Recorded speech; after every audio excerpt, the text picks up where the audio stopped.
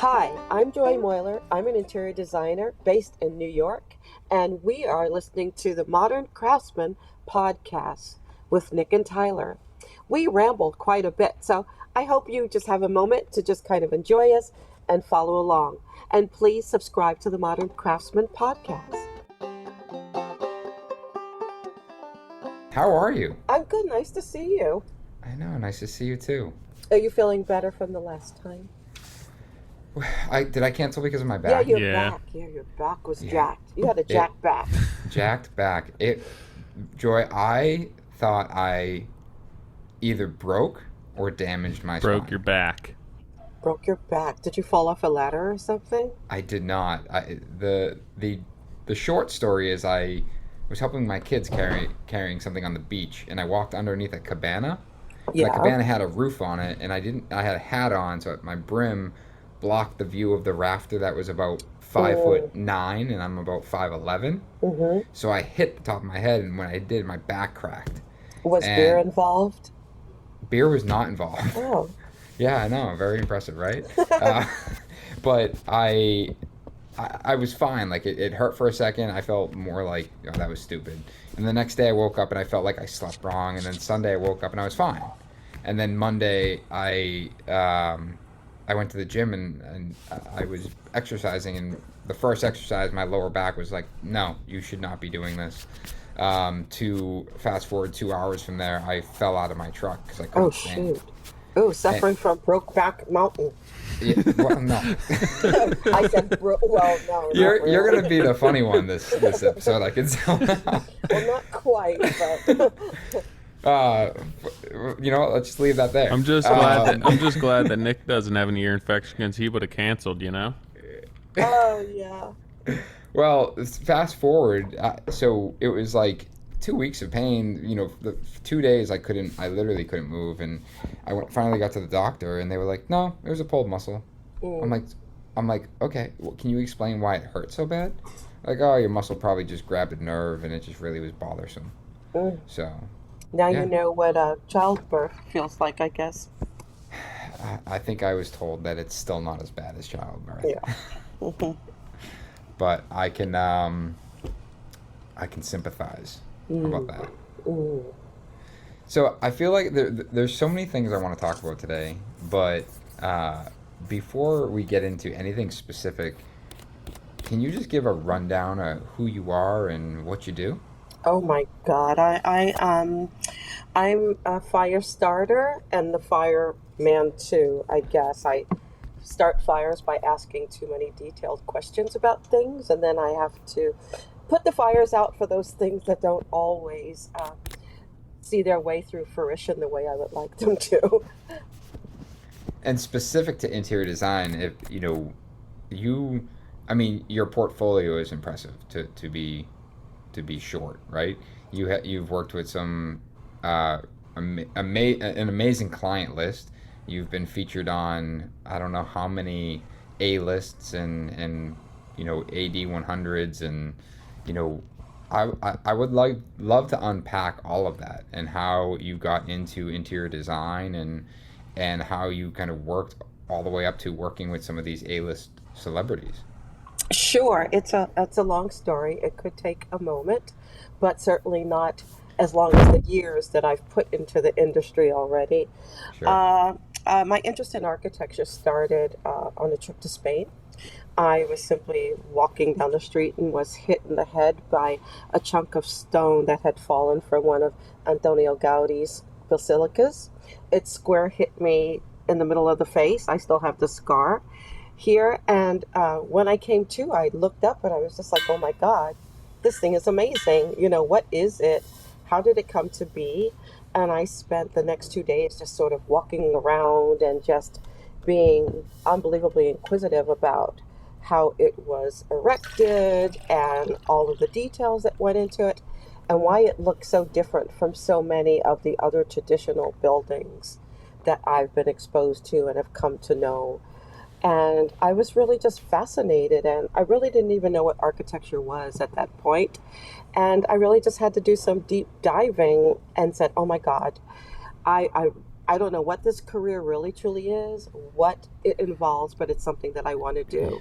I want to create something. I don't know what it needs to look like this, but I love the idea of what the discipline was, or what I understood it to be, which later in life, of course, I discovered has almost nothing to do with my findings from the age of 14, because I didn't know any architects to talk to discover what that job, that career really meant. And so I just really started reading a lot of books on architecture and Spain and on Antonio Gaudi, and just doing a lot of research just to kind of discover what that was. So that was really my info quest into the craft. And so at 14, why were you in Spain?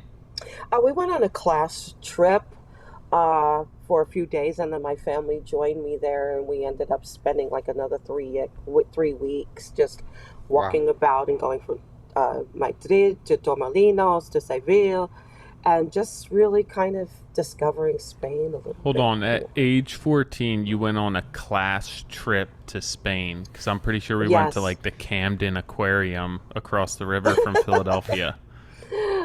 Well, having been born and raised in New York, you got to do a lot to entertain kids in New York. You know what I'm saying?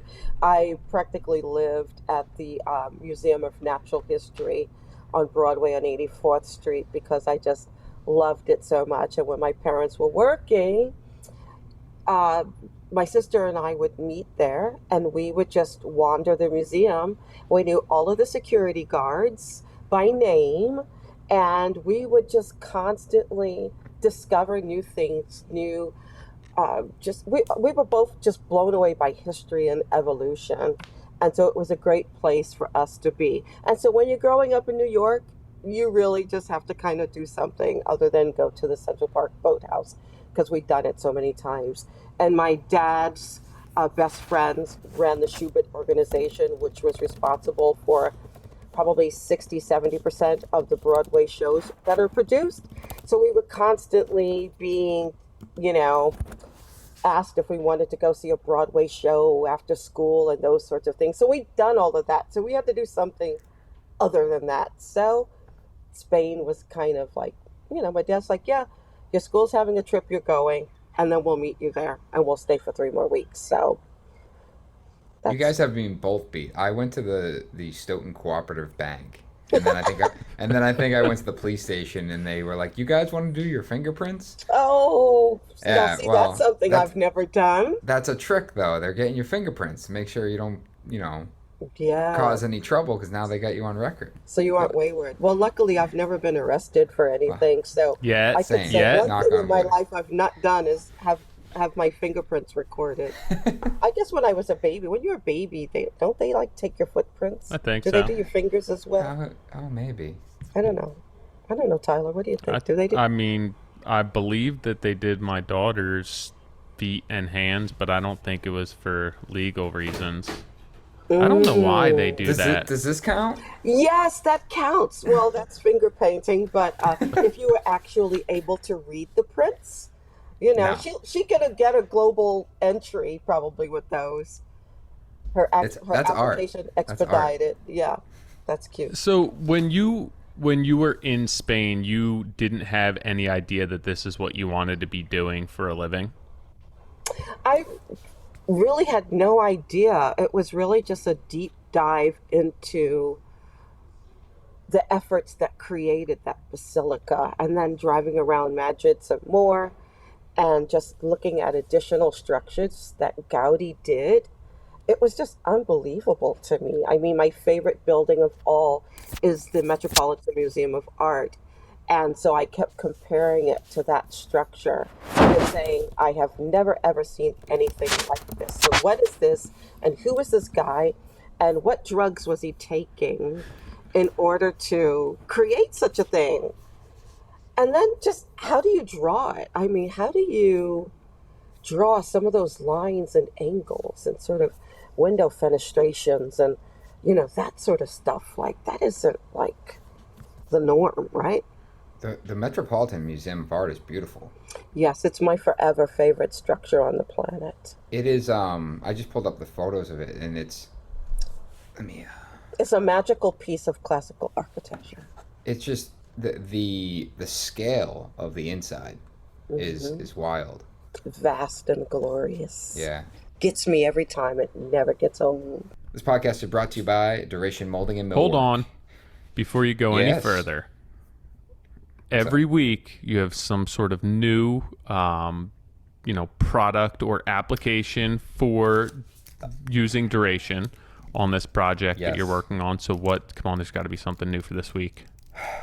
Man, we're working through all of the details on the exterior of this house. There's, what we're finding is there's more custom brackets than we had expected, and we actually had a meeting with the client, and we were explaining. They had actually asked, like, hey, the size of these brackets are we concerned with them? How are they going to be built? Are they going to be built out of wood? Or I think they even made the comment that they didn't want to use PVC. And I had said, no, there's this actually product made out of fly ash. It's called the True Exterior product, and Duration is a manufacturer that can manufacture it into all these profiles. That ultimately their concern when I had mentioned that was like, well, we don't want it to look fake, which is why they didn't want the Yeah. PVC. And I said, well, that's the greatest part about it. It sands, cuts, paints. Once it's painted, that you literally will not be able to tell that it's not wood, except the fact that if it sees water, it's not Well, going you to. know what? The one thing that I do not like about using wood for an application like that, typically you're not getting a large piece of wood that you're bandsawing this out of. Like, Lots of right, glue yeah. ups. So it's glue ups, and a lot of the radius areas are glue ups, and then you have these seams which they're filling and sanding. But if at any point it's outside, it's wood, water's gonna get in, it's gonna expand, it's going to contract, and a lot of times on I can see it in my head, the radius is where you're walking up to a house and like from the street it looks amazing, and you get up closer and you can see every single veneer of the glue up and every ply, and that really bothers me with wood. Yeah, you know what? And one of the things that we just launched is our home care division, and we want to be maintaining these homes for the life of the home. So if we can put in a better product that makes, maintaining the home better or easier or, create longevity, obviously we're going to trend that way. If you guys want to find more about Duration Molding and Millwork, head over to their website, durationmillwork.com. Make sure you check them out on Instagram. This podcast is brought to you by Rockwool High Performance Fire Resistant Soundproofing Stone Wool Insulation for your interior and your exterior walls. We've been talking about it for a few weeks now, but the R-Class program is something that you're going to want to be a part of. I've recently actually heard that they had a giveaway, and they gave away an entire house worth of Rockwool product, which is insane. But, the R-Class program, what it is, it's a premium partnership program for builders who demand more. It's a community for those who take great pride in their craft and always looking to learn about better materials and installation techniques that will ensure homes are comfortable, beautiful, efficient, and built to last. Now, let's talk about one of our projects, our Rhode Island Passive House. I can't tell you, Tyler, how many people have reached out to me and said, hey, what are you doing for the exposed Rockwool insulation that's underneath the cedar shingle siding? Literally, it's the top question we have. So you have And the house was framed, sheathed, wrapped. wrapped in comfort board Well, insulation.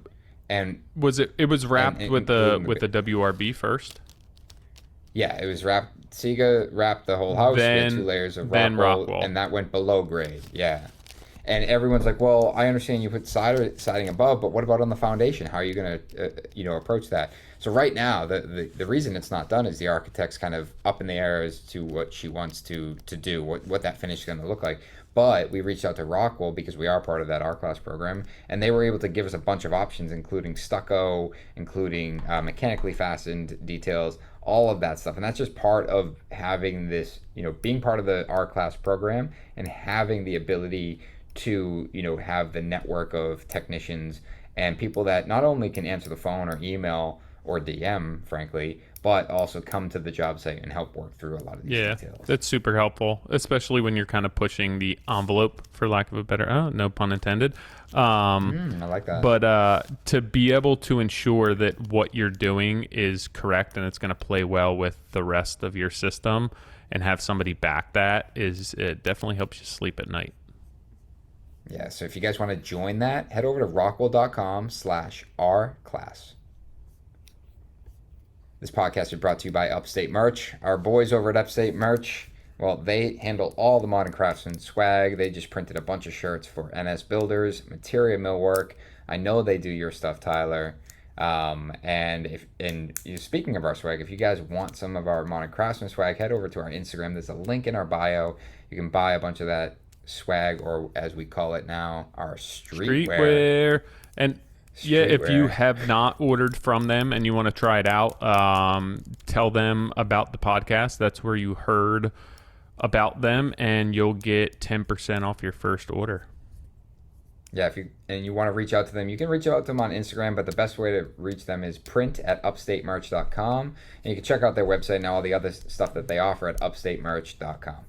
Do you think that you would have kind of carried along the same path had you not taken that trip? Do you think this is something that was just innately within you and that kind of sparked and then cultivated this interest and it just took time? Or do you think that this was really the catalyst for, the path that you took?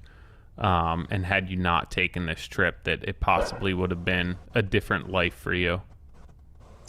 I would say that had I slipped and fallen in front of a Chanel store, I think I probably would have cost my parents a lot more money, because I would really form an addiction to Chanel, which, we certainly could not have afforded at that time.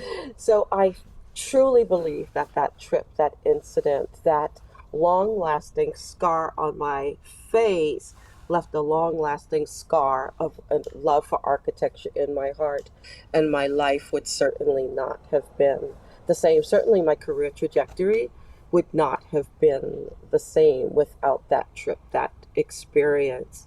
And I say that because I was truly, before that trip, interested in the world of entertainment, constantly being sort of a fly on the wall to conversations about the entertainment industry, with respect to my dad's friend, again, running the Schiffer organization, but also my parents gave a lot of impromptu parties. And my parents were always friends with entertainers. So, for example, like, people would come to our place and have impromptu jam sessions after they finished a show or between a set, that sort of thing. So like Lena Horne would come to our home and sing. Just various people, famous writers would come and just sort of recite poetry and things like that. So I was really interested in entertainment, though I had absolutely zero musical talent.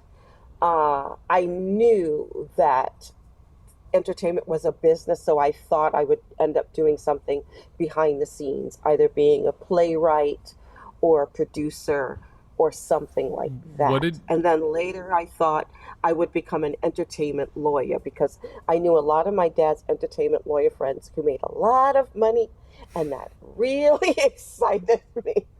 Were your parents in entertainment? No, my mom was a textile designer later in life. But she was in the advertising industry.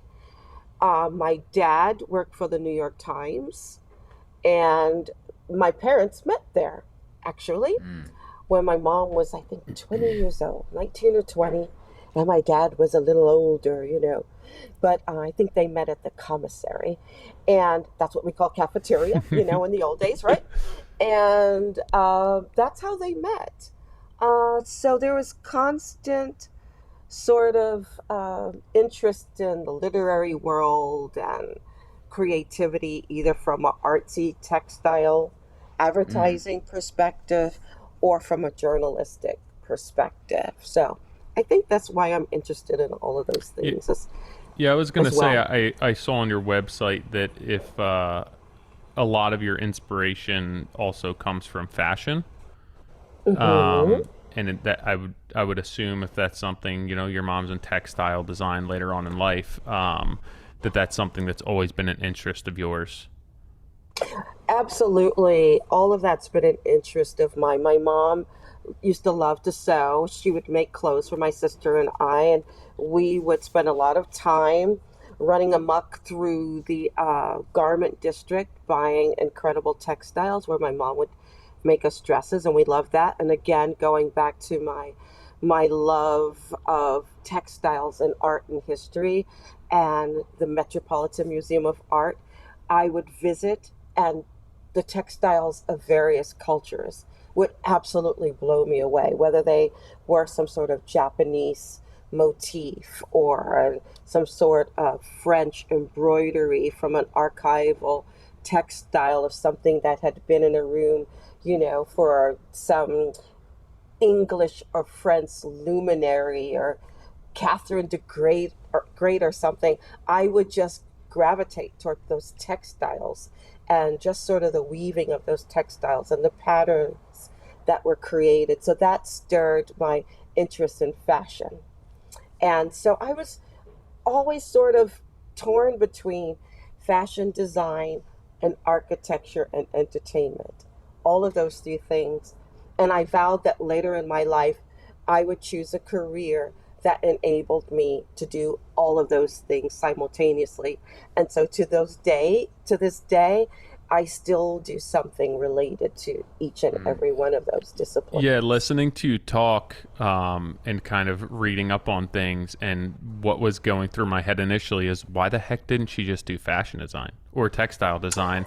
And then as you're speaking now, it's like, well, with what you do, you still get to bring in those textures and layers and textiles into your work at some level. So you're still getting to enjoy them and still getting to kind of feed that passion. Right. And one of the things that sort of made me, I'm jumping sort of the hierarchy here and lineage, but when I went to work for Ralph Lauren, after working for many, many interior design and architectural firms, one of the things that I loved about Ralph Lauren, which really caught my spirit, was that I was working in the store development creative services department. And with that, it allowed me to always be surrounded by Ralph Lauren clothes. And so when we're designing the stores, each season we would take a reference to the collection that was coming up. So in spring, we would design for fall. In summer, we would design for winter, which also included the window presentations. And I was always able to visit the fashion group and see what they were working on and sort of design schemes for the stores built around the collections so that fashion and that architecture were always hand in hand. And I love that. And I stayed at Ralph Lauren for 7.5 years doing that. After Ralph Lauren, I went to Terry Despont, but following Terry Despont, I went to work for Giorgio Armani, and I was the head of the interior design department there, working for Armani, and my responsibility was to design residences for the entertainment friends of the house, the entertainers who would always wear Armani on the red carpet, like John Mayer, Leo DiCaprio, and Sophia Loren, and just all these amazing people. And through my interiors work, I was also able to pull some of the textiles from previous Giorgio Armani collections and use them on my interiors projects. So again, that full circle, fashion, interiors, architecture, just always continued to go hand in hand. What was your first job? Like My official job? mhm. My first official job, even though it was only 3 days a week, it was really official because I busted my butt, was working at the New York Times. So some nepotism has its privileges, right?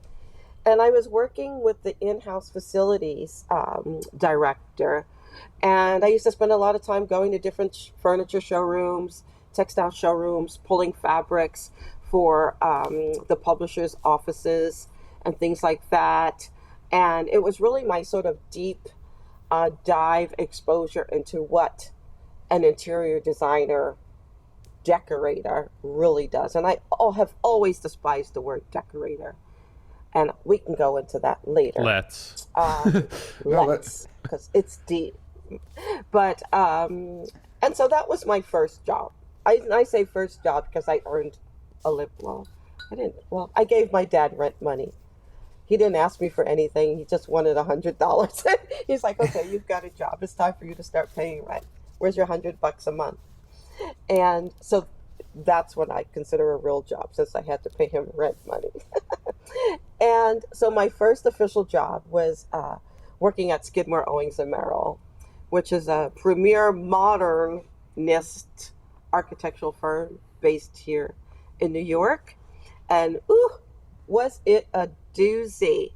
I literally still have bags under my eyes from my first day. Actually, my first day was an absolute disaster. I met my best friend to this day there because I'd drawn something on yellow trace, and usually we had guys at the print department who would run our drawings for us to make prints. They were all out to lunch. I really, really needed this drawing. And of course, the machine sucked my drawing up and then immediately reversed it, and the drawing was totally wrinkled. And I was in a panic, and Janet knew where to hit the stop button. So I continued to work at Skidmore, Owings & Merrill for, I was about 2.5 years, which, when you think about it, really added up to about 6.5 years, because we literally would work on average between 14, probably 10 to 14 hours a day, literally go home, take a disco nap, and be back at our desks 8:30 the next morning. Why is that so common in architecture? You know, it takes charrette to a whole nother level. At the time, the partners would just take on all of these projects. It was a time in life, you know, in the mid-'80s, when the money was plentiful, and so many of these companies could literally afford to do anything, and they were practically putting cash on the table because we just had so many projects and so many continuous deadlines. And one of the real reasons at that time was, okay, I'm really going to age myself, but I'm not offended. It was pre-CAD. So we were drawing on trace. We were doing, 30 layers of drawings on, yellow trace, sometimes 5 feet long, and producing drawings that way. And it was a mess. I mean, it wasn't a mess. It was a mess in the sense that we were all sleep deprived. We literally lived there. We didn't see our families. I left the house at 7 o'clock. I was at my desk at 8:15, and I probably would not leave the office till about 2 a.m. And this literally went on for 2 years. And there were many, many weekends when we still had to come in and finish projects. And one of the horrible things during that time was we were doing a presentation for Merrill Lynch down at World Financial Center when that building was being designed. And we were working on all of these elevations. And no, it was Worldwide Plaza at 51st Street and Broadway. We had stacks of drawings, probably 20 sheets of drawings, probably 10 elevations that were 60 inches long by 48 inches wide, all hand drawn. And we would have to do classes, say 15 of us, where the partner, Michael McCarthy, would put a line on the wall, and we would each have to study that same exact line weight.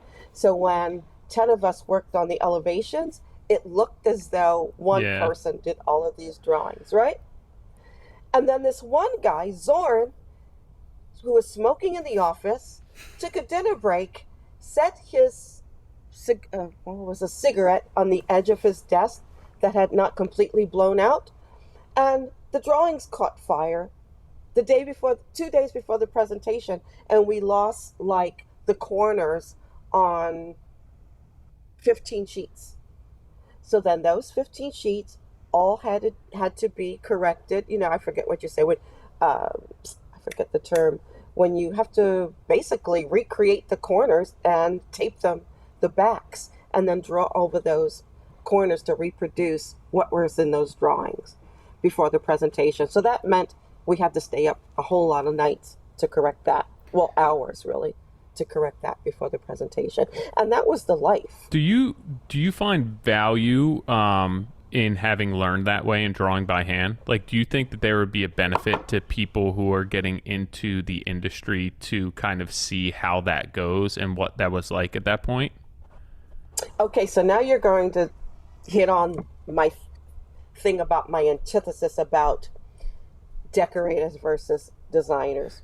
All right, can we go. Can we pause for one more? I want to Okay. go on that, and I know it's Okay. going to be a big topic. So but the answer to your question, Tyler, is yes. I do have an opinion about that, Okay. and it's a strong one.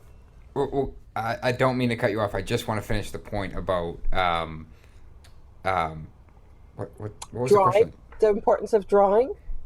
No, what was the question I just asked about? Oh, the lifestyle of working, Oh. intense hours, and Yeah.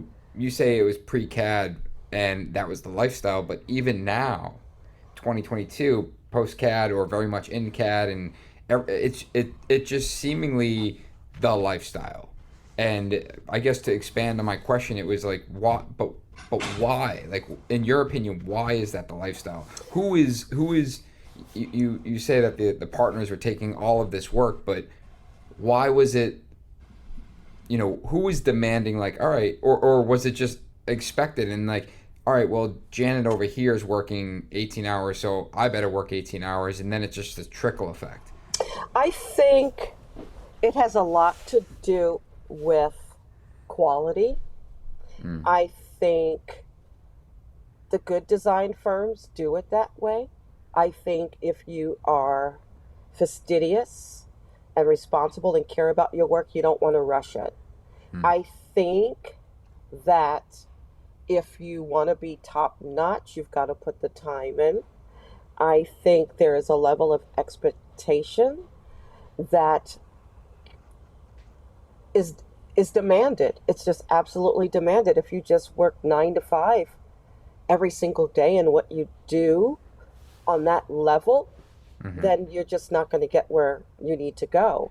And I really also think it flushes out the quality of the team, whether or not they can kind of hack it. But I've also seen a lot of people chastised for not putting the time in. I mean, it's very common for if someone tries to walk out the door at 5:30, 6 o'clock, someone in the team or whatever, and a director will say, "Oh, really, half day?" I mean, that's the way it is. It's like, "Oh, really, half day?" It's my favorite thing to say. 8:30. Yeah, and you're leaving half day, and I've been called on that many times as well. It's like I've been here 8 o'clock. It's 6 o'clock. I have a life too. I don't live in this studio. I've got plans. I'm grabbing my purse. I'm walking out the door, and then you hear, "Oh, really? Half day?" It's half day, and so I think a lot of times that sort of pressure is put upon the staff, the teammates to produce where it becomes a culture in the office. I also know a lot of studios where they don't want you working after 6 p.m. They want you to have a well-balanced life. They want you to have weekends where you are able to decompress and then come back fully restored. But it sounds like, wow, that's a fine way of going about it. It sounds like you disagree in that if you're going to hack it with the top, then that's not the way that you're going to be able to accomplish it. Well, I think it varies from firm to firm. I've not always loved it. I mean, in my own work, I work probably 6 days a week now, but that's my choice. I don't really request anybody else to do it, and I'm constantly trying to be better myself. Like, I took this weekend off. I did absolutely no work, and it was wonderful. And I was chatting with a friend about 10 days ago, and she's like, "When are you going to get to the point where you stop working so much? You're entitled. It's summer. It is summer. You can take time off. What are you doing for a summer vacation? I said, I haven't planned anything. She's like, it's almost August. You haven't taken any time off. I went to Italy for a work event, but that wasn't vacation.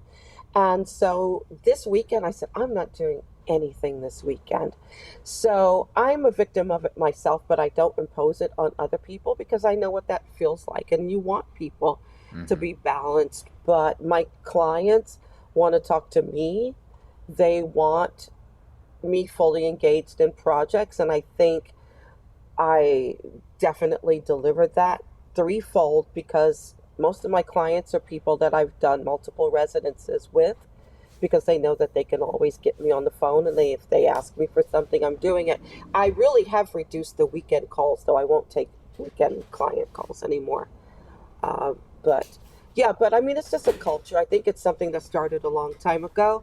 And I think those of us who work for those firms who are really crazy about the crunches, it's innate in us. We're used to it. So we just move to the next role doing that. And then other people see us doing that. And then other people who are conscientious say, well, I think I need to put more time in as well.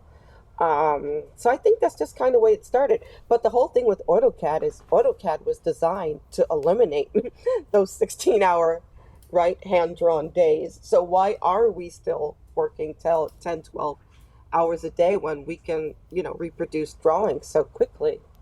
I mean, I think it's because now that we can do it digitally, now the drawing packages are even more detailed. Well, they're more detailed. The programs keep expanding. Now there's Rhino and 3D Max and all of Mm, these things. So you can no longer just produce a set of plain AutoCAD drawings. Now everything is digital. Yeah, you really have to provide an experience, as if you're, producing a movie these days. Everybody wants to feel like they're walking into a what's his name, Cameron movie, and you're actually going to be standing at the end of the boat, when you walk into someone's home. It's got to be so detailed where you sell a project from your first rendering. right. That's not going to sell just with a little dime store sketch, right? Yeah, it's almost the customer base that you deal with as well, I think dictates.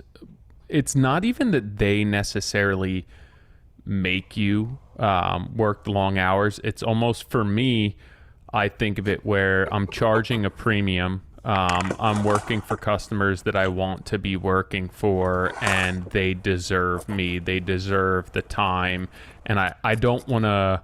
I don't want to lose sight of that, and I don't want to let those relationships kind of slip and slide. I think that if I maybe was middle of the price point, and I would think that these people are paying for a certain level of my engagement, it would be different. But I feel almost as though I have to justify the price by spending the time and giving them the effort, unfortunately. But that's just kind of the business that I'm in and the way that I've taken my business. I want my customers to have access to me, and I want to feel as though I can provide them something that somebody else can't. Well, I mean, it's true. I've got three billionaire clients. They've seen everything under the sun. So it's constantly a push to show them something that they haven't done. And so a lot of the work that we do is custom. That takes a lot of time, doing drawings and sketches and mock-ups and that sort of thing. That can't happen 9 to 5. And yes, it's the quest to constantly deliver big because you don't want them going somewhere Yeah. else. I've done 3 houses, for each of them. I don't want them going somewhere else. So I've got to constantly do more than I did. You're only as good as your last gig, right? Mm. And so that evolution needs to continue in the work that you do because their evolution of their real estate portfolio is constantly expanding as well. And selfishly, I want to be a part of So that. are you dealing with those customers directly or owners reps? Oh, I deal with them directly. I don't deal with So ownerships. I would imagine that part of them hiring you is based on your personality, as well as your Yeah, work. Yeah, I mean, they know that I'm extremely diligent. Unfortunately, they know that before the summer that I took calls on the weekend. I always keep my passport and global entry handy because I can often get a call tomorrow morning to go to London on Thursday because they know that if I'm available, I'll jump on the plane and go see that, if something's an issue or whatever. And they really, really love that sort of access, which they're paying for, Mm. and the attention to detail, and they're used to it. They know that I'm going to deliver that. When I stop delivering that, they're going to go, what's up with Joy? Does she have COVID? What's going on? Because it's definitely would be different from the way that we've worked together. But when you have a relationship, a working relationship with someone like that, I want to do more. I want to do more for them. These are really, really good people. They work their butts off. I mean, one family member, the families had money from the 16th century, but he still works.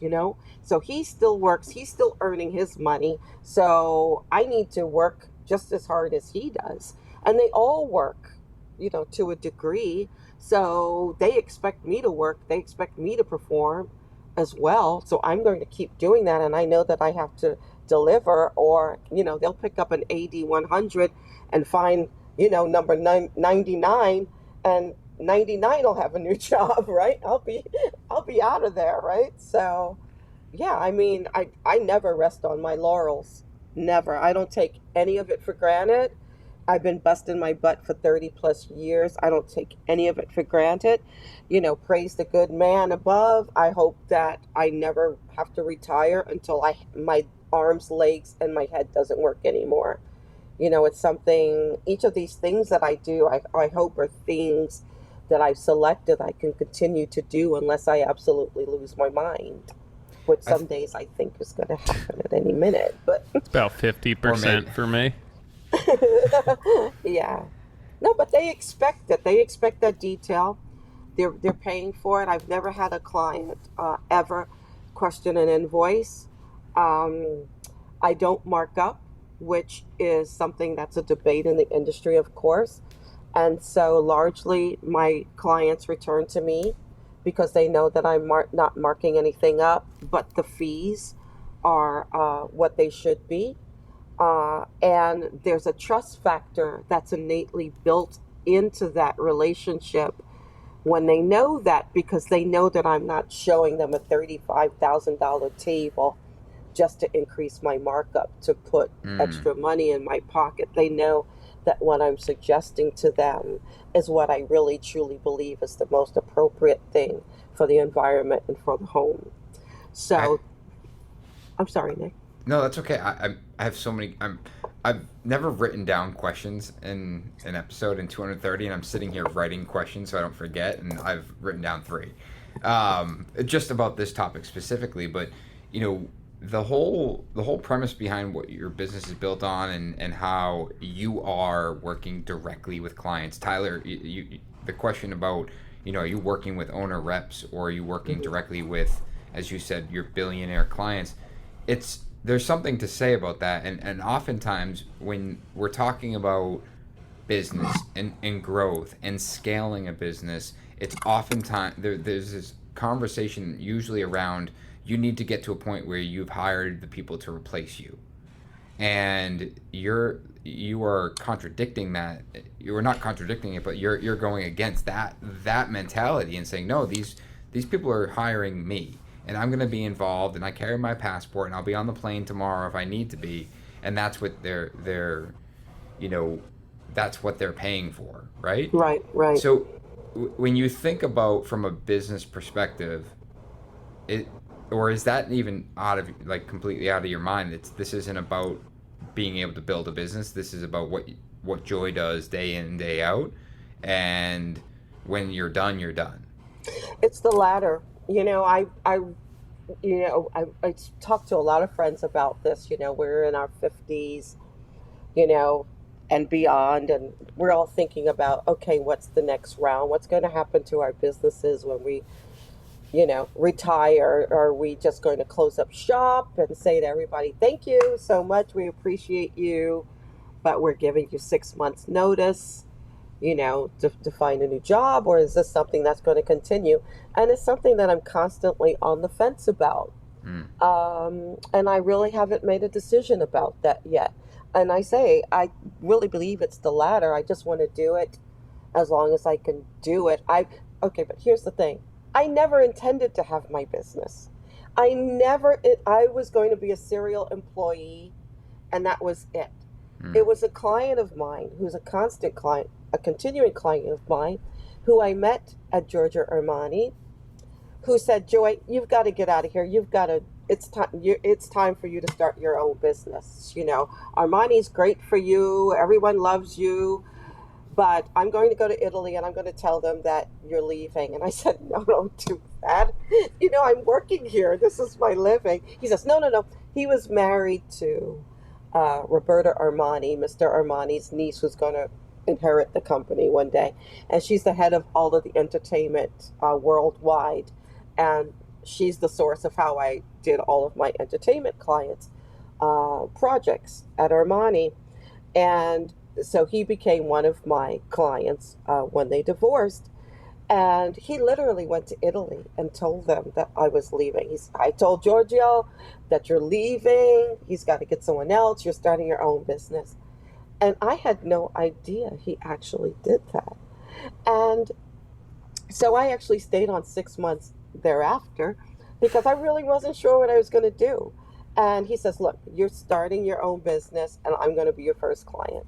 So he was my first client, and that's when I started Joy Moyler Interiors. So I don't know what's going to happen. Seriously, I'm constantly on the fence about how I want to continue that. And I feel like Tyler and I talk about it all the time, and a lot of our guests, it's not everyone knows what their exit strategy is. Mm-hmm. And a lot of people, especially in our industry or in creative industries, I think, don't necessarily do this to build a business. They do this because they enjoy what they do. I love it. I just love it. Right. And it's and the opportunity is, you have to go back and forth or balance the question of, am I building this business to have an exit plan, or am I doing this because I truly enjoy it and I hope that I can charge ample enough money to make a great living on?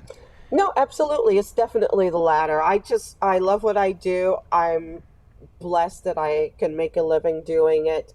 I'm blessed that I can bless other people as a result of what I'm doing.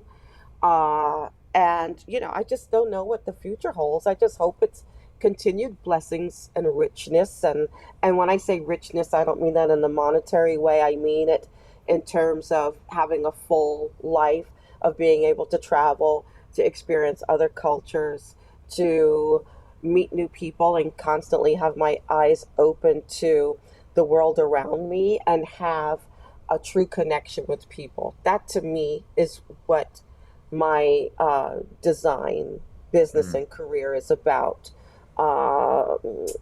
And so I just want to keep doing that. And so I'm rambling, but I think about it almost every day. I do. I'm sure. To speak on the monetary value of it, though, you touched on something that I feel like the industry goes back and forth with a lot, and you're charging a fee with no markup. So you're not bringing expensive furniture to the table in order to make a bigger markup. When you talk about fee, to ask the question point blank, are you charging per hour? Or are you associating a fee? Hey, I'll be involved through thick and thin to get this project done, and it's a fixed cost. How are you structuring that? I do a design fee, and then we do hourly. If we exceed with past 20% of our we have a matrix that helps us get to what we think the overall project is going to cost with respect to fees. If we go over that by, say, 7 to 15%, depending upon where we are in the project, then we'll do an addendum to the original contract for additional fees. And who helped you build that matrix? My matrix is something that was handed to me by someone in the industry who is very well respected. Sure. It's I It's a feel like matrix that a lot of people want to get their hands on, actually. it's so funny because it's the same through every business. Everyone's like, "Hey, can you send me your estimating sheet? Hey, can you Yeah. send me your contract?" Mm. I got a call yesterday. It was like, "Hey, can you send me a copy of your contract?" And I'm like, "I mean, I can, but I spent, you know, Ye- $15,000 right. to have it drafted by a lawyer, and it's specific to my business." Correct. Correct. And so it's always funny when people ask for these things. And you know what? I say that, but They can pay me for it. I and I've also bought and asked people for theirs. Hmm. And frankly, that's how we've developed a lot of Right. our documents. Right. And it's not, you know, but that's just like the industry standard. Like you find something that works and you adapt it to your business, and then next thing you know, like, hey, he's super successful, she's super successful. Let's ask how she estimates, you know, her, like what her sheet is. So it's I've given documents to young design firms who were like making zero money, who are now on AD 100 lists. that's amazing. And I just shared that, out of love of friendship, but the next one's gonna cost. When you know, on the topic of money, it has, you know, obviously you're in business to make money. Like that's, you know, that's what we all are doing. We're in business to make money. Of But course, I there's the do still leave a lot of money on the table without doing a markup, because sometimes it just goes, it exceeds the cost of things. Yeah. do you thinking about all the way back to this first project that you got after Giorgio Armani, were you know were you billing, you know, for your time at that point, or were you getting into this trying to figure it out, like, or did you have a good foothold on, like, all right, I need to be in business to make money, and I understand how to do that? I, you know, I, I think I just really started figuring it out last year. Mm, Again, a lot of information people just don't share about the contracts and the fee structures and things like that. So at the very, very beginning, when I started my business, I definitely lost a lot of money. I was not charging appropriately because people were just not sharing that. They weren't sharing hourly fees. Actually, I think people just started sharing that information in the last year and a half. social you media. know, Social media. Prior to that, if you ask them what their design fee was, they wouldn't tell you a thing. They say, "Really? What's yours?" Hmm. That would be the response. It was something, it was like asking someone their salary. People up until probably a couple years ago, weren't sharing salaries either. It was like you could go behind a barn wearing a cloak and pull a number from a hat and guess someone's salary before they actually ever told you. It was something that was just so quiet, and then of course, the men always made more. We already always knew that. So that was always a bane of existence in firms like SOM and KPF and all that other stuff. So yeah, getting back to what you were saying, I totally forgot the question. Well, Yeah, fees we were and just talking about all of how. that information. I'm still finding my way, Hmm. because I'll have a chat with someone and they'll suggest something else, and I'm like, really, that's how you do it? But there is indeed this big question that's continuing about fee structures and markups versus no markups, design fee plus hourly versus flat fee.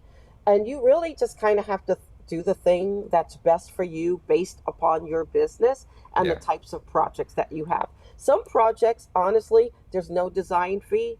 You might just do some drawings and charge hourly. Some projects, depending upon your business, might be a flat fee. Boom, you do a concept for somebody and you keep walking. Hmm. Or, you might just decide to go style somebody's house for a day. You're not going to charge a design fee, you'll charge just an hourly rate, something like that. I have clients who ask me to come do like Christmas decorations for the house. And I say, sure, fine. Well, what do you charge me? Oh, I'll charge you this amount. And then you get there, it's like 15 trees in the house. you know? So you have to make sure you get breakdowns on like 15 trees and 85,000 ornaments. Just like, okay, so you have to really be specific. That's the point I was trying to make, that you have to be really specific Mm. if you're doing an hourly project on what's included, and you have to be very specific if you're doing a flat fee project on what's included. And for us, because we do a lot of international projects, the international aspect is a whole nother level, because a lot of travel's included and must be addressed immediately at the beginning in our contract. Do you think a lot of your customers would make their decision based on you changing your structure as far as how you're charging them? No, I don't think Yeah, so. that's what I'm thinking in my head as you're talking. It's almost, I think that your customers at this point are hiring you and for what you do, especially remaining small scale. And it's almost not that you could charge whatever you want, but you could implement whatever sort of structure, process, systems that you want. And I think that they would sign up for it because of the trust. I agree. And the trust, my dad used to say, when you're looking for a job, when you're offered, when you receive the offer, he says the benefits are more important than the salary. And I've often applied this to the work that I do. What I get to do is so incredibly good that a lot of times I'm like, oh my God, they're flying me. I'm going to spend 3 weeks in Portofino, da da da da da, and I'm going here and there. I'm going to John Mayer's house, and I'm going to hang out with him for 3 weeks, or Adrian Brody, and be at his house for 3 weeks. I'm not billing for every hour of that, because the experience is fun, right? So you can't charge somebody 24 hours a day for something. So I often say, oh, come on, guys, the experience is you got to have so much fun. When you submit your timesheet, you're not going to submit a timesheet for 24 hours a day. You're going to call it an 8-hour day, because everything else is just going to be fun, and then you're going to sleep half the time, right? It's true. Even as far as customers go, when you're billing somebody, especially if it's a change order, or it's something that's above and beyond the original scope of work, and it's like, hey, we'll figure out what this price is. If that customer's fair and enjoyable and grateful, they get a completely different price than if you're just a pain in my ass. Where, like, Yeah. if Yes. you're gonna make this Oh, yes. so difficult, but my customers who treat me well and who are fair, and super gracious for what we do, like, I want to do as much as I can for them. Also, if someone's a pain in the ass, we don't do a second project. I don't care how much money Yeah. they have or what they're willing to pay. We're not in the business to be whipped and crucified and assaulted. We just don't do that. And there have been times when we've had to fire a couple of clients because they just were not nice people. I won't tolerate anybody being dismissive or disrespectful to myself or to anyone else that works with me. And one of my clients, he hired me because I was on my way to see him, to meet him for the first time. And I was sitting in the lobby waiting for him. And he came downstairs. He was talking to someone. I'd never met him before. And he saw me get up and help the guy removing the garbage from the building. And I got up and I opened the door and grabbed the bag to help the housekeeping guy or whatever. And he said, I hired you because I saw that there were 10 people in the lobby and you were the only one that got up to help. And that to me showed immense character. Isn't it frustrating? Like that situation's great, like by far, but it's frustrating that that's not the norm. It is not the norm. And the fact that, and I guess I'm playing both sides of the coin here. It's frustrating, but it's also great. But it's frustrating that not everyone isn't just a decent human being. But on the good side, it's like that. But so glad that someone is seeing that and hiring based on that. It's like they're basically saying, "Hey, you're actually a decent human being. I want to work. I want to work with you." Yeah, and it was the character that was important to him beyond beyond the design, obviously we talked, and he hired me because of my design acumen, but the character, it was like going beyond a benchmark for him. And he's someone that absolutely demands respect from people, like most people should, but they don't. But he is someone that is so giving and so generous. And he does, the minute he sees any inkling of anyone being disrespectful at anyone or anything, they are just gone. He will But it not tolerate it. but it's also interesting when you think of movies and when they portray like high fashion or super fancy magazines, or there's always like the boss, like Hmm. and she's Daryl wears rude. Prada. Yeah, that I wasn't gonna say because I don't want everyone knowing Oh, I seen that movie, sorry. but It's you know, okay. but yeah, the devil wears Prada, and it's like she's the boss, the boss bitch, and she comes in and Hmm. she demands respect, but she's not nice, Giving it, dispensing it, yeah. and it's like this, and when you think about like that world, right, like of billionaire status, and the people that work for them, and like, oh, they're an architect, interior designer, it's like, oh, it's this world of like they look down upon everyone else, and it's not, and you're telling a perfect example of this. I've got the really good guys. I've got folks that are just so genuinely cool, and that's the other rule that I break in my business. I spend a lot of time with my clients. We travel together. I stay at their house. We go to dinner and lunch, and you know, we just have a really great time together. And I had this very long conversation with a designer who says, "Oh no, I don't break bread with my clients. I don't go to dinners with my clients. I don't have drinks with my clients. The work is the work, and that's it. It's, it just clouds the water. It makes it very difficult to talk about money when you're sociable with your clients." And I just said, I find that that's the complete antithesis of how we do business. I mean, I think that's part of learning about their lifestyle. They're generous in that they want you to experience their lifestyle. They want you to have a real sense of what's going on and how they do things. And isn't that then the best way that you can design someone's home? Hmm. Knowing what they need, knowing what they expect on a daily basis. And we just have a great, great time together. I just did first phase of a project for someone in Cape Cod, and I stayed at the house before the client did, uh, because she wanted me to just be there and see how it felt. Hmm. And but of course we've had many, many meals together, and we hang out with the kids and all of this. And I think that too is part of the relationship building. And so as a result of just again being responsible, no one says that you're not doing your job if you're having dinner with the client. And they've already asked me to do their next home in Washington, in DC. And I think that too comes from the relationship building and getting to know one another and enjoying one another's company. Do you I mean, you're developing these relationships, and they're kind of starting off as a business or work relationship? Do you have situations where you have friends that you then work for professionally? These are all professional relationships. I mean, I never lose sight of the fact that I'm working. I never lose sight of the fact that I'm there for a service.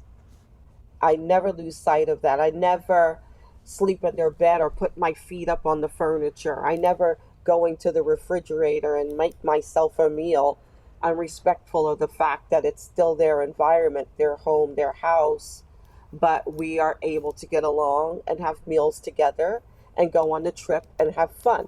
But I never ever lose sight of the fact that I am there to perform a I guess I'm service. asking more so where I kind of have a rule where I don't work for friends. So if I'm friends with somebody and then they ask me to work for them, I don't Oh, I I see. don't do that because to me, I but kind of with regard to what you're saying, I am friends with customers who I started working for first, and then we developed a rapport and a friendship, and that works. I can be friends with them while having a work relationship with them, but a lot of times when I'm friends with somebody first and then they ask me to work for them, I don't even test the waters there because it's not worth it to me to jeopardize the friendship. I don't know how you're going to be I know how you are as a friend, but I don't know how you're going to be as a customer. So right, that I don't do. I don't do projects for friends. No, I don't. So I don't. I learned that a long time ago. Yeah, and that's kind of what I was asking, because I do think that you can develop a nice friendship and relationship for customers that you work for as customers first, but it's too risky for me to work for friends.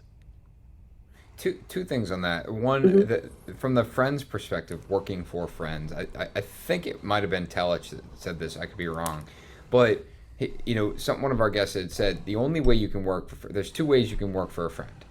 You either can afford to do it completely for free, which is unlikely, or you charge full price.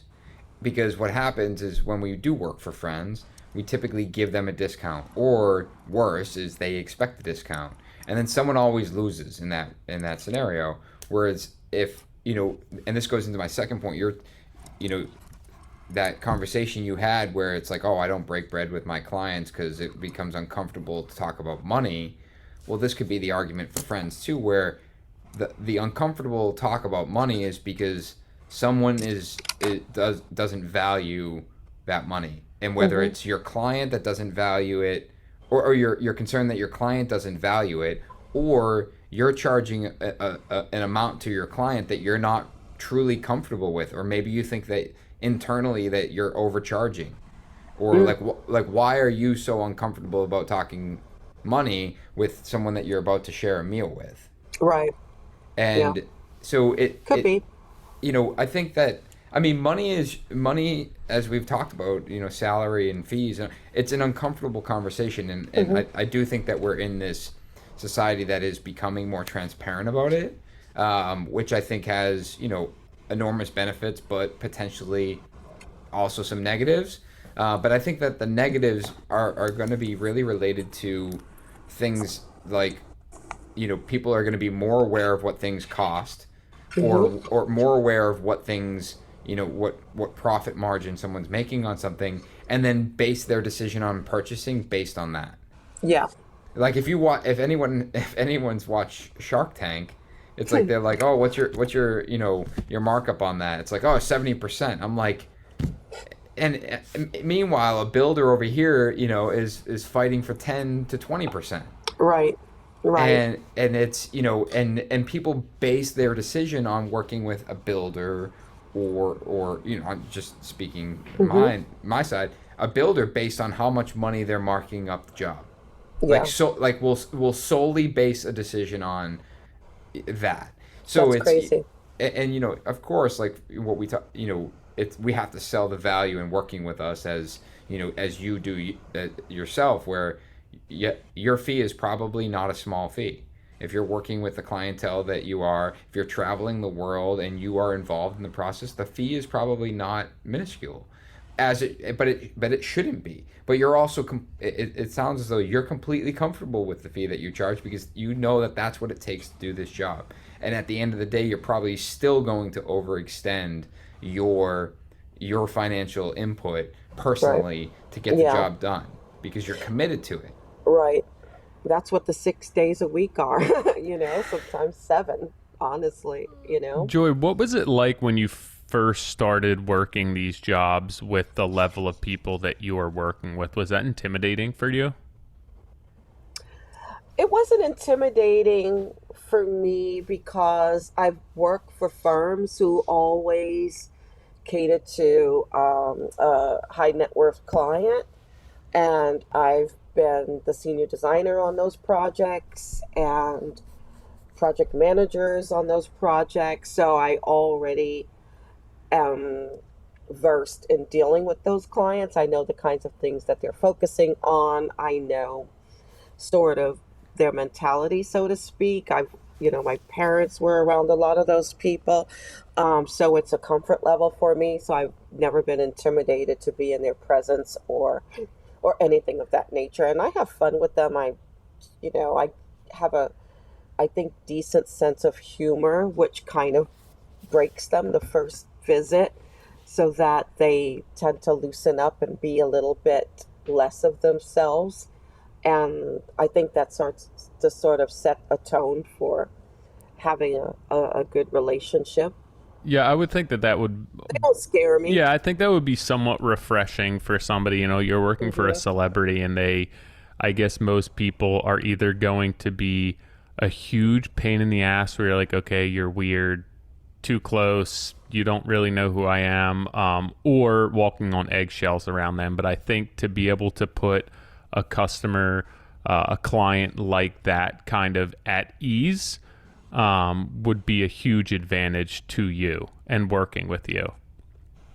Yeah, I also am in the habit of telling them no, which is something that they don't hear Yeah. on a normal basis.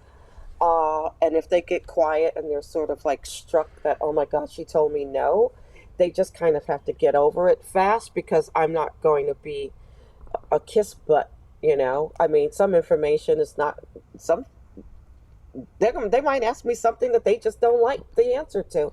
And I'm just going to be very, very honest about it. And I tell them up front, look, I'm not offended by anything you say, so please don't be offended by anything that I say. And I don't believe that the customer is always right. Say that if you're hiring me because you want me to be right, you're not supposed to be right. When someone asks you to show up on a movie set, they want you to be right. I don't, I could be wrong. So when it's my responsibility that you're hiring me for, I'm going to be the right one in the room and you're going to be the wrong one.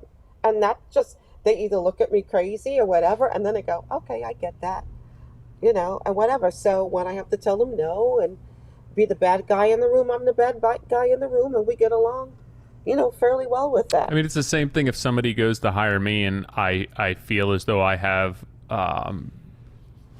set the expectations, and then you're hiring me for my professional knowledge, that if you want somebody that you're going to be able to bully or get what you want at the end of the day, even if it's not the right thing, like there's plenty of contractors out there who will cave into that and just be like, yeah, the customer's always right. If that's what you want, we'll do it that way.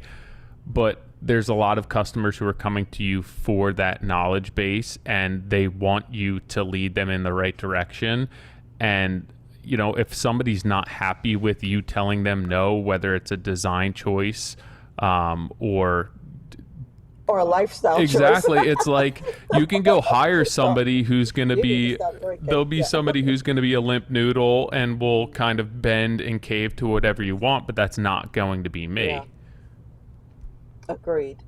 And they accept it and they have a good time with it. And a lot of times they're like, oh, what should I do about this? What should I do about this? A woman or whatever. Joy, what do you think I should do? What do you think I should do? Because no one else really tells them what the hell they should do. Everyone's just like, yes, yes, yes, yes, yes.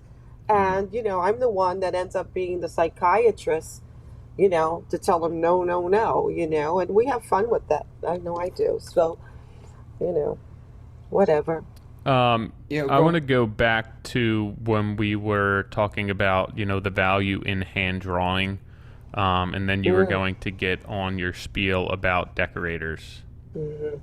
Oh my gosh. Well, number one, I draw every single day. I sketch every single day. It's how I kind of think things through. And I think it's imperative. I mean, it's a skill that was mandatory at SOM. SOM set the tone for a lot of my practices today and how I approach a project and see it through fruition.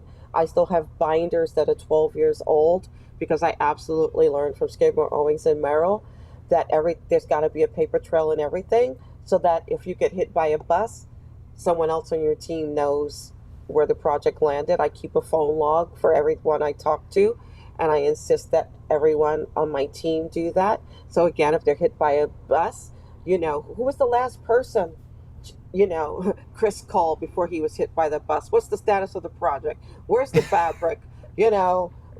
when does Chris it is need fine. Chris is Chris fine. is What's the fine. status of the Chris is project? got a busted leg, but we're still able, when the client calls tomorrow, we know what to say, where we're at. And that's just incredibly important. And drawing is something that's incredibly important. And it blows my mind that there are so many designer decorinas, I call them, that became interior designers, especially of the last few years due to social media, because they saw HGTV and they think that they can actually build a house in, 22 minutes. And it just blows my mind. The people come to me and they say, "Oh, Joy, I want to work with you. I want to work with you." "Oh, really?" "Well, tell me, what's on your resume?" They send a resume. There's nothing on it.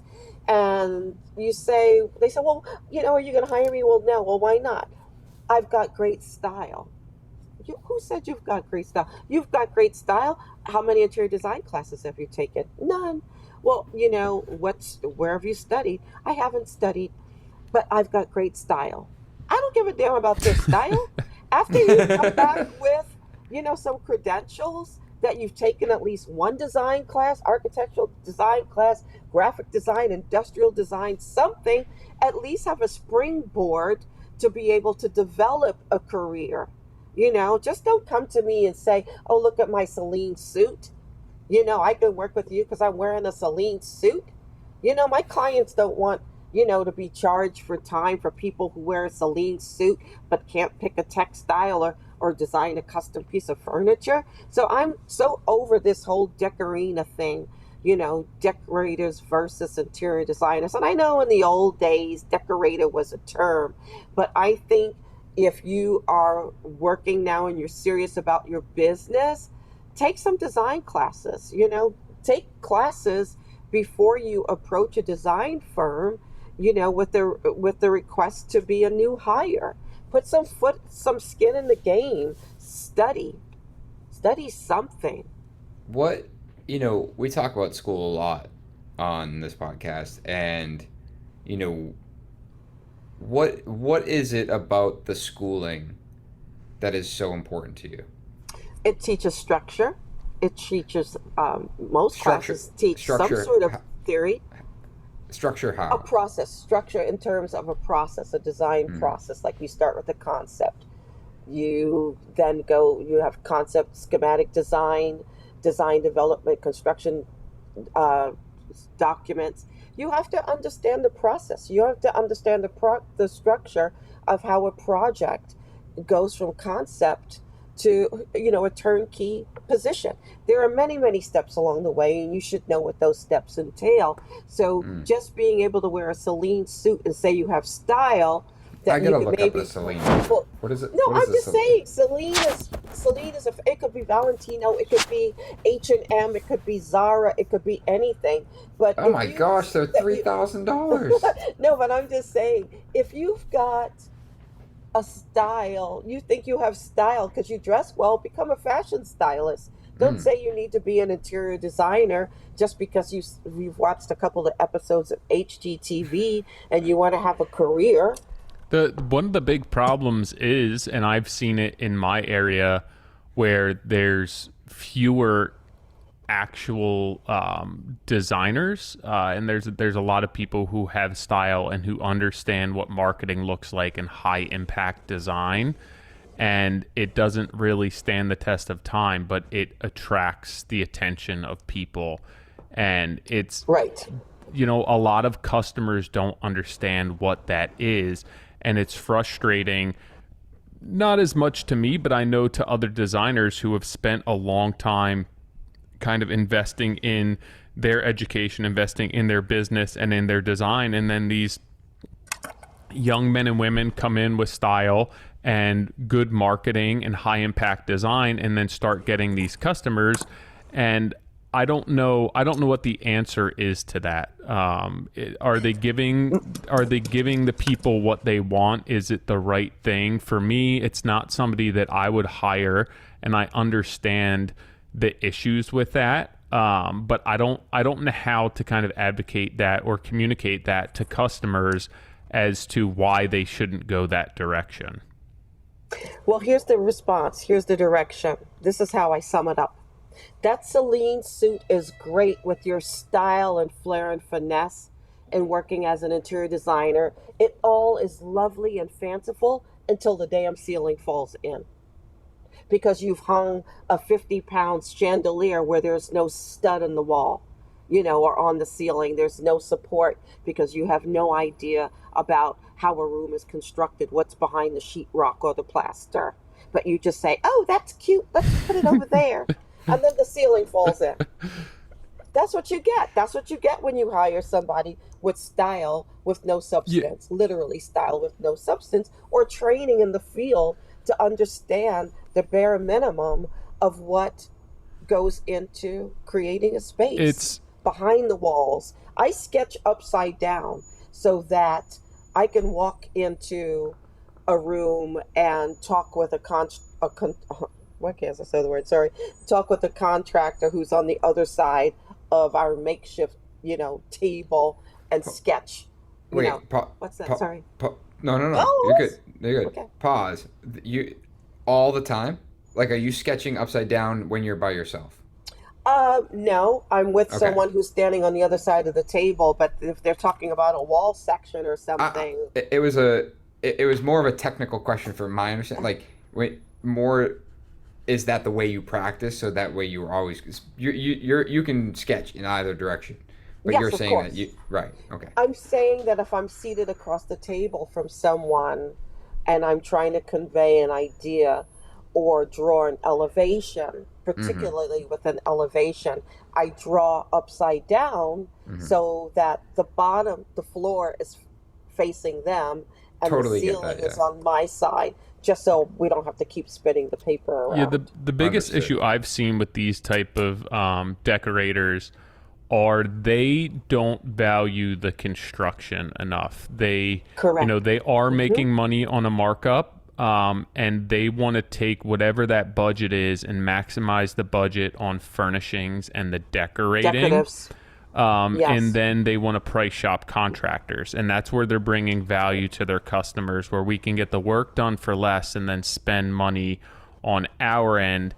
And obviously that leaves me, being a contractor, with a bad taste in my mouth. And that's typically the jobs that I'm going to walk away from. But that's the biggest issue I see there, and the danger with customers where these designer or these decorators are coming, and that's the value that they bring to them.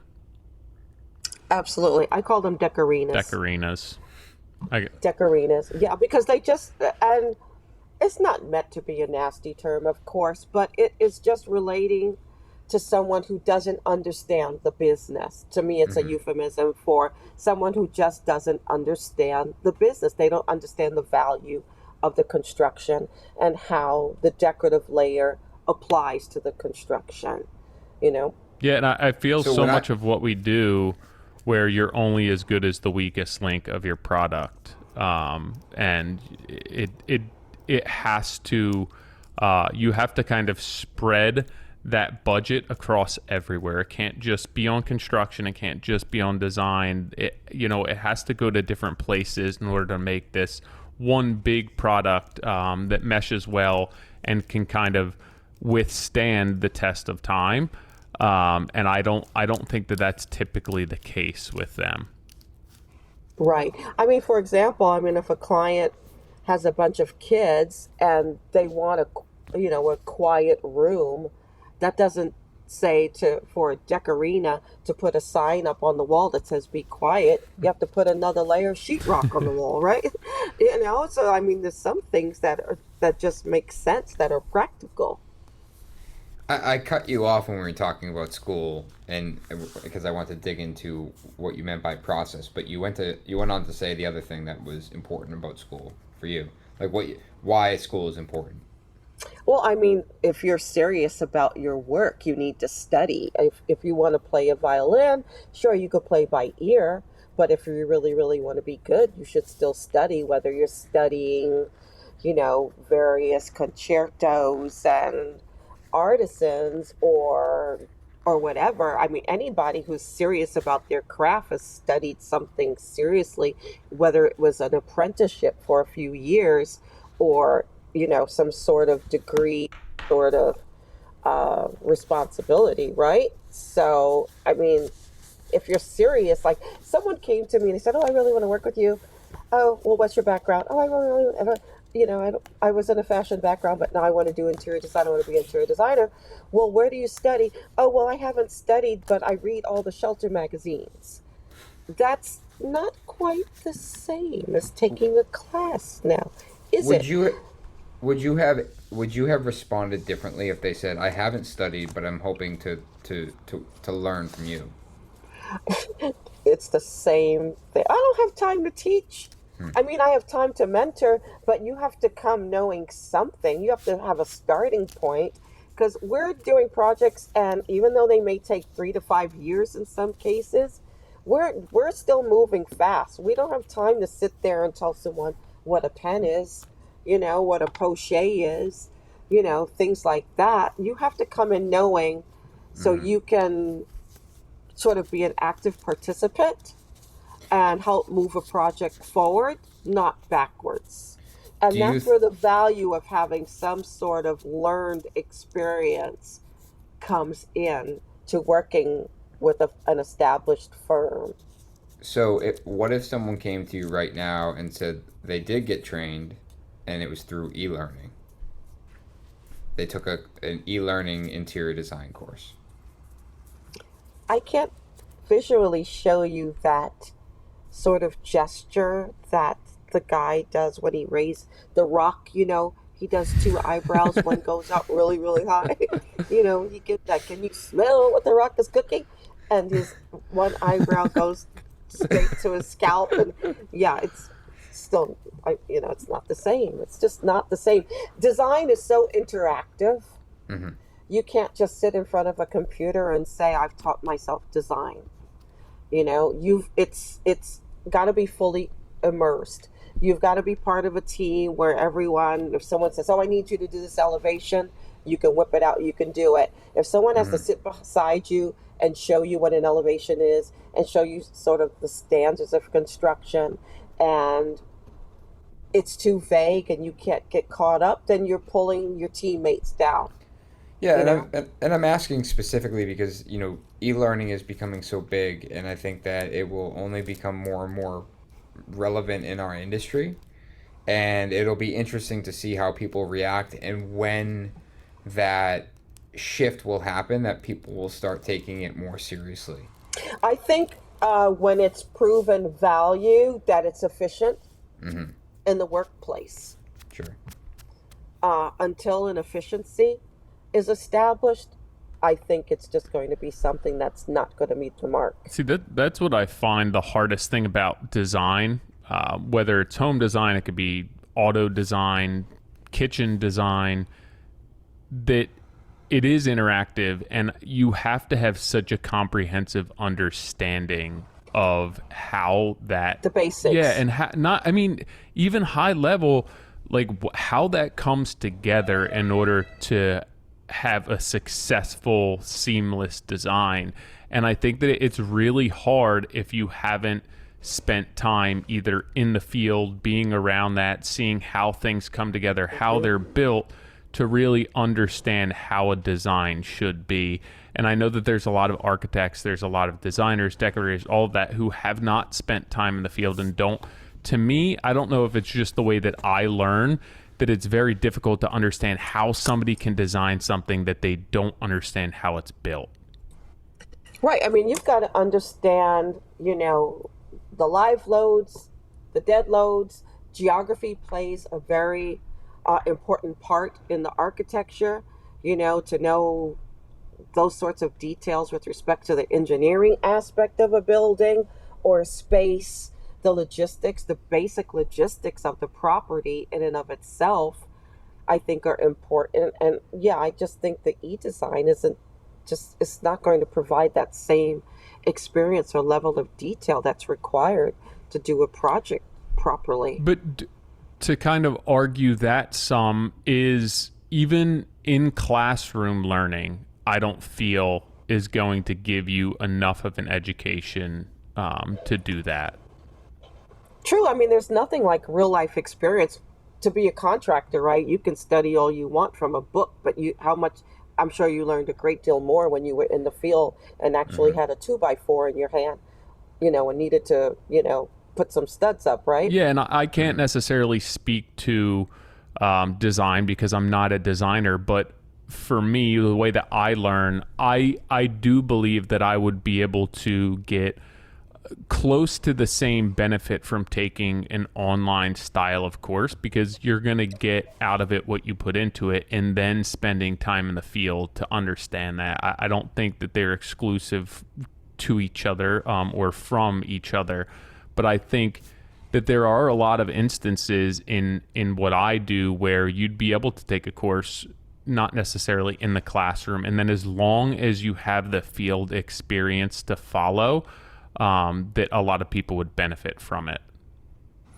I think that field experience is incredibly important. I mean, even when I was in school and such, being in New York, there were always construction sites around, so I was always able to just kind of stand on the corner or, you know, just kind of watch the contractors, The do what they do. Yes, New York City. I like how yes, every time I interrupt you, you get so excited. New York City construction is insane to me because, we live in Boston, small city. When there's a construction site, I can go up on the sidewalk and peek through the fence and see what's going yes, on. yes. And I've been to New York a handful of times ever, and most of the time it's in for dinner, we stay, and then we turn around and we come home. Hmm. And we went and visited my wife's cousin one week, and we stayed there for multiple days. So here I am walking around New York City during the day. Hmm. And my wife's like, "Hey, I'm gonna go for a run." I was like, "Great, I'm gonna go walk around, see some construction sites, and get a coffee." First off, Hmm. I couldn't get a coffee because the coffee lines were 70 people deep at every shop. But then I couldn't see the construction because these buildings are coming out of the ground out of everywhere, and you Yeah. can't and miles and miles and miles of scaffolding cover Hmm. the sidewalks, and you can't see anything. Oh my God, that is so not true. Well, If that was your experience, but there is a building that was that's my experience. okay. There's a building being erected right now on, I think it's 44th, between 44th and 45th in Madison. The steel is massive. And a couple of weeks ago, I was hungry, walking around. I had time to kill. So I literally grabbed some sushi and sat there and watched for like an hour and a half, Hmm. just watching them just soldering the steel, making these connections. My mind was blown. And this guy walks up to me and says, "You've been sitting here a long time. What are you doing? Like, why are you sitting here?" I was like, "I'm watching that." And he was just like shaking his head like, "Really? Is that what women do around here? Sit and watch construction sites these days?" But I thought it was absolutely fascinating. And that's something that, yeah, you can sit and you can watch people, but I'd rather watch a construction site, you Mm. know. I Espe- find it so entertaining. yeah, I mean, at that scale too. I mean, I'm a high-rise weird girl. construction. Hmm. High-rise construction is it's so orchestrated, and there's Hmm.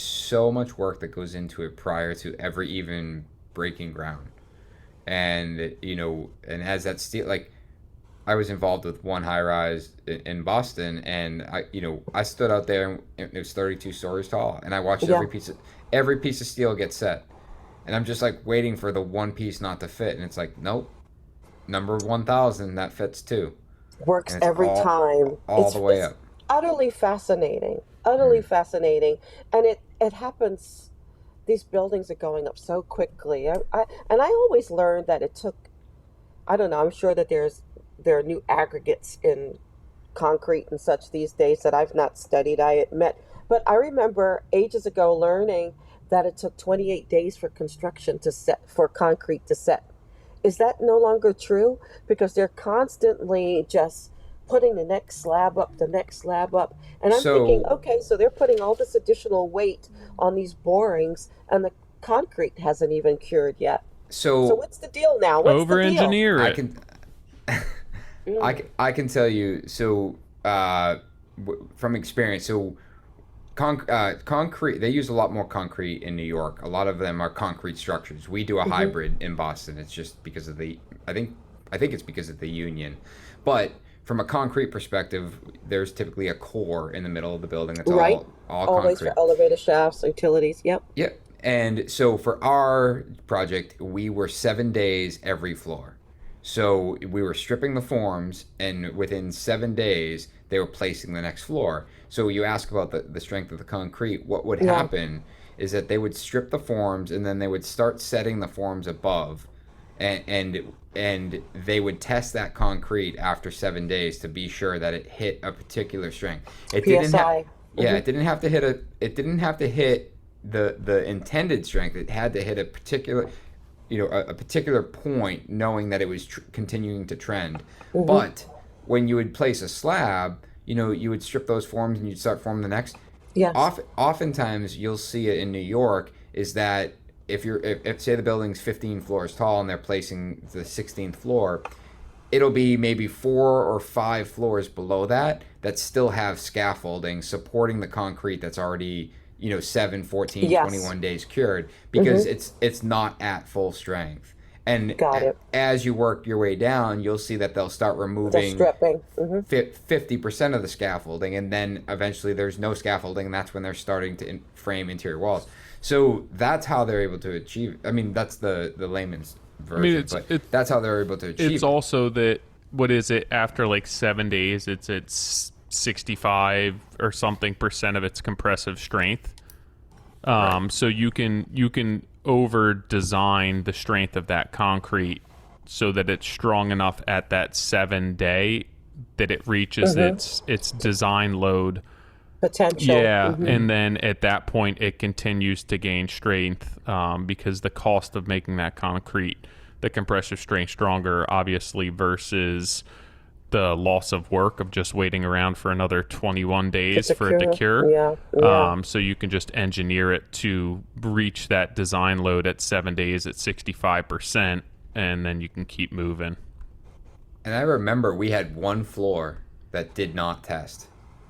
It was very slow. It did not hit the 65% mark, and we had to wait. The forms were they were installed. They were ready for concrete for the next floor. All the rebars in, and we had to wait. Safety first. Yeah, and I mean, I'm sure they did a lot more than this. But when I was on site, I remember going up there with the concrete testing company, and they had this little tool in their pocket, and they took it, and it was almost like a spring punch. And depending on how big the divot was in the concrete, they could tell whether or not it was up to the 65%. And I remember him pulling it. He's like, "All right, you guys are good to go." I'm like, "That?" You sure? Wow. Wow. And I know that there was way more than that, but it was just like, I remember in that moment thinking, like, That was what? impressive. What? We waited for this. Like, we pay this guy, a lot of money to test this concrete. Wow. Joy, I was looking. Well, thank you for that. This construction moment was brought to you by. Yeah.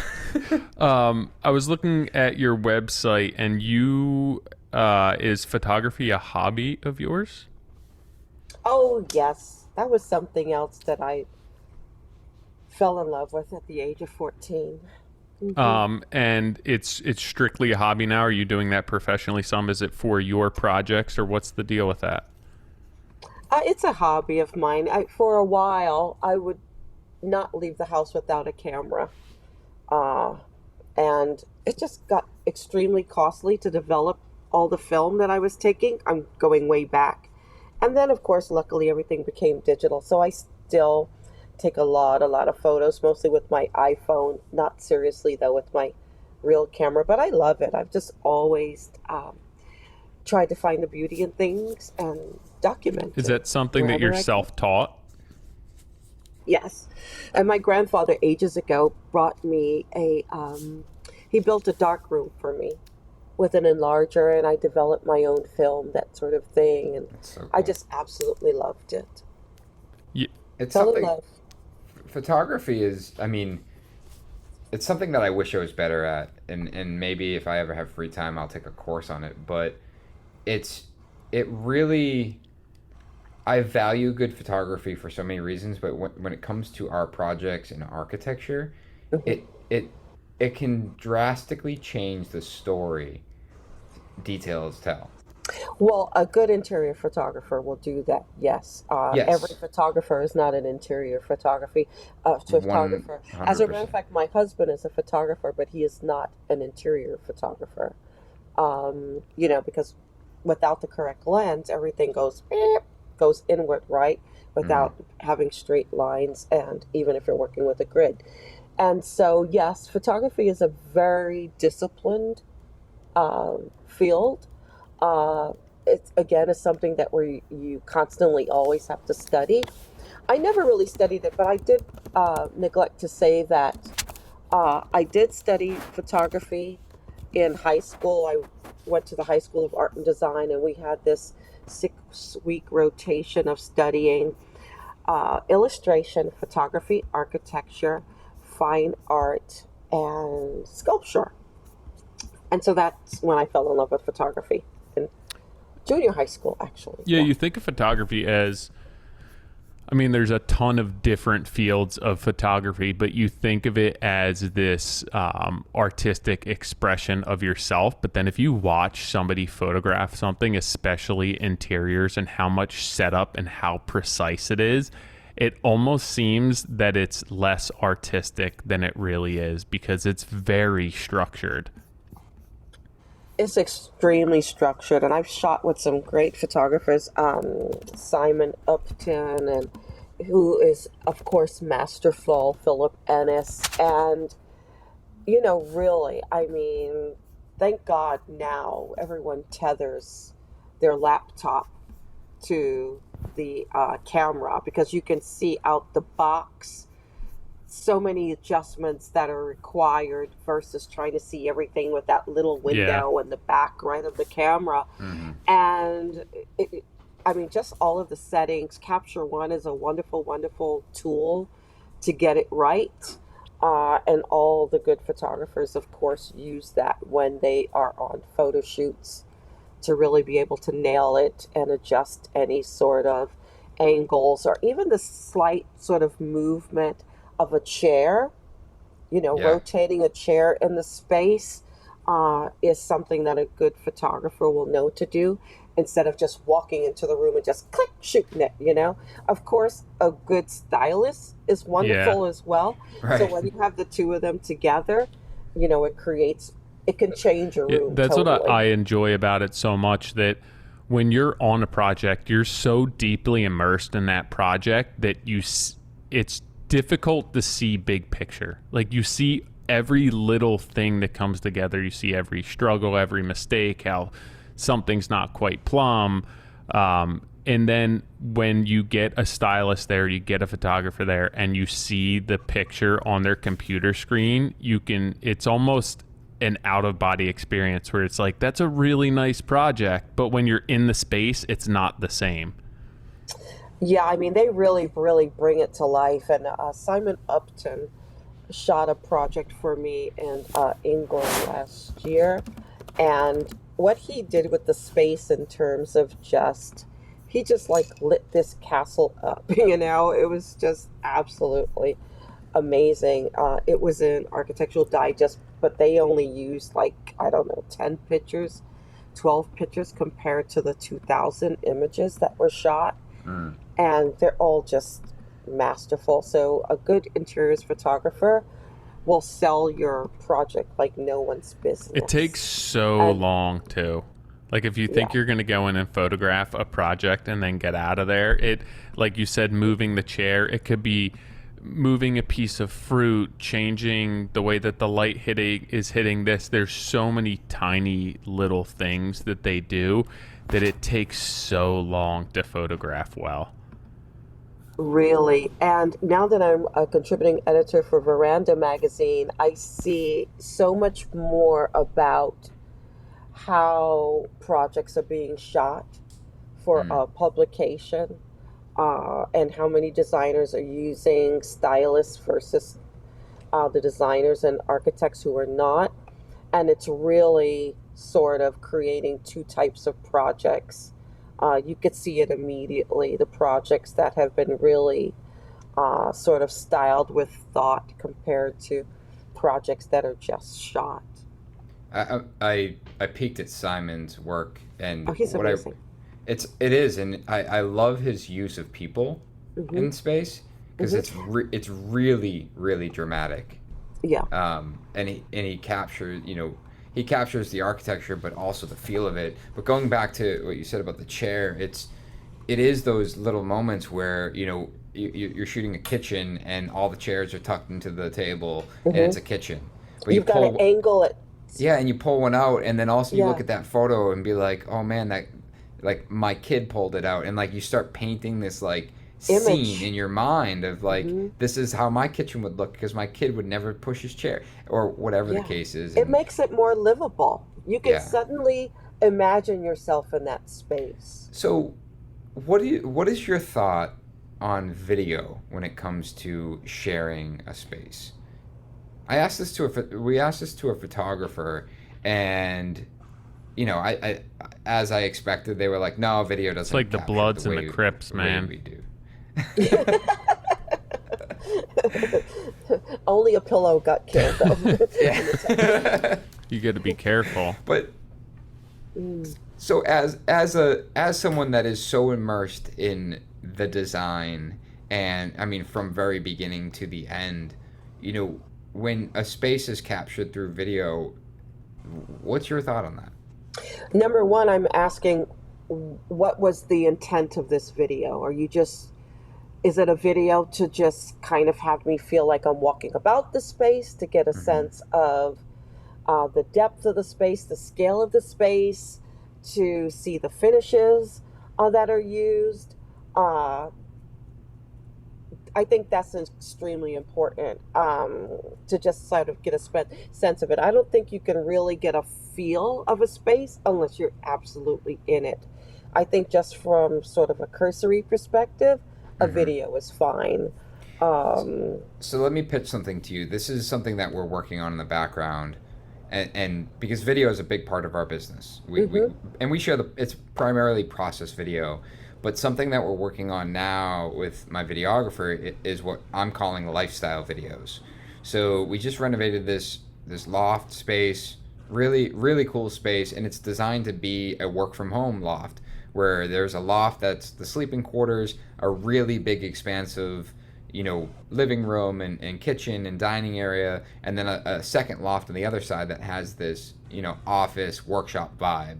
And I've basically written the script to how I envision using that space, and we want to shoot this kind of like one take video of someone, and I don't mean this to sound creepy, but like someone literally sleeping, waking up, getting ready, going downstairs, having a day coffee, in the life of a day in the life, and doing that in a way that it's not about how it was built or how it was laid out, or look at this fridge that we use.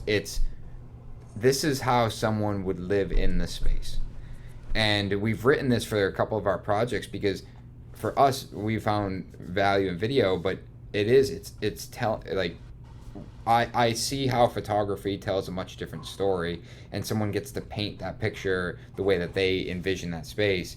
And I'm curious at what our success will be trying to capture that in video, and even understanding like what is that, if someone were to pitch something like that to you, hey, let's try to capture quote unquote a day in the life in one of these spaces. Yeah, well, I mean, I definitely see its viability. It's without a doubt the best thing to being there, right? So I mean, I see videos like that in the real estate market all the time. A lot of the top realtors are using video to gain interest in their properties. So it's definitely a viable expenditure, and I think it is worth any financial obligation, and you'll definitely see a return on your investment as a result. Yeah. I didn't realize, looking at that Simon Upton's website, there are people in most of his photographs, even interiors. And horses too. Yeah, we should get some horses, Nick. But it really, having a person in the room really makes you understand the scale of the space. for better Absolutely. or for worse. Like right now, I'm looking at two different photos, kind of one right after the other. And one is a family sitting on a couch, and the ceilings are very high. And having the people in the space makes you understand how tall those ceilings are. And then the next one's a lady sitting drinking coffee at a table looking out a window, and it says a home in London, and you can tell it almost looks like a studio space where the ceilings are really low, and you wouldn't pick up on that if the people weren't in the space. Correct. It's Correct. interesting. Nick, you might have to get some And that's models. that's the power of that. He takes a photograph and makes it a storytelling moment. Yeah, So you're able to kind of hit the marks on all of those points and sort of eliminate the questions about what am I looking at? How tall is the ceiling? How is this room used? How about Who are the. I'm sorry. no? I was gonna say, how about the Duchess of Devonshire? That photo is amazing. Yeah, Simon does some pretty amazing work. He also resides in London, so he has a rather in the London in the countryside, and Mm, so he definitely knows what he's looking for in those images and what he wants them to tell. yeah, He's masterful, and he's a great guy too. So that's so honored cool. whenever I get to work with him. Who are you? Are you bringing him to the table? Like, how is the photographer being chosen in your scenario? Um, for Architectural Digest, they asked me who I wanted to shoot, and I said Hmm. Simon Upton, and I've shot with him before, and so I was able to get him. Yeah.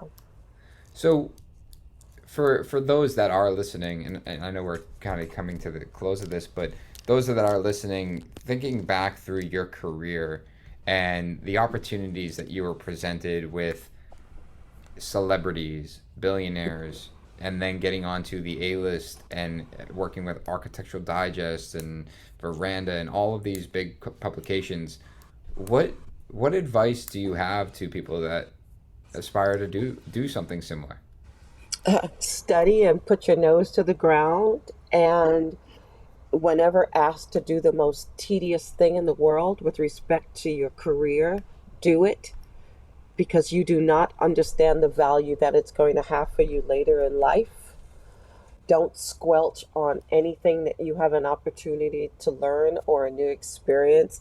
And, every day I just say, thank you, dear. And dear for me is DEAR. It's dedication, it's effort, it's attitude and resilience, and all of those things that I think need to sort of be top of mind as sticking points to get it done. I don't believe in shortcuts. I don't believe in finding an easy way out. I don't think that there's are any educational efforts in taking shortcuts. And why cheat yourself?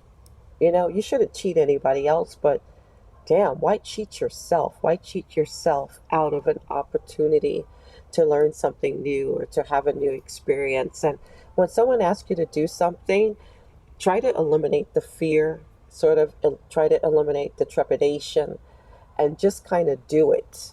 And I think some of the best lessons that I've learned in my career were the hardest ones. They were the ones that had me working till 2 and 3 in the morning, going home for a quick nap and coming back. And when I was at Skimmer Owings and Merrill, I absolutely hated it. I hated the grind.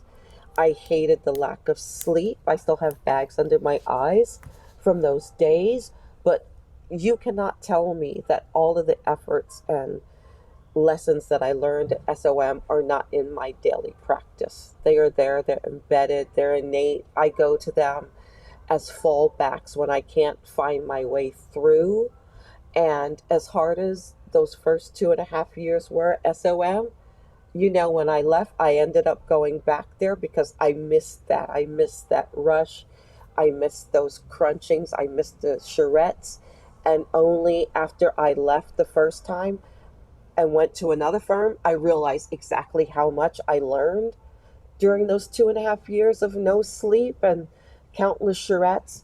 And my best friends to this day are friends that I made in the trenches of working at SOM.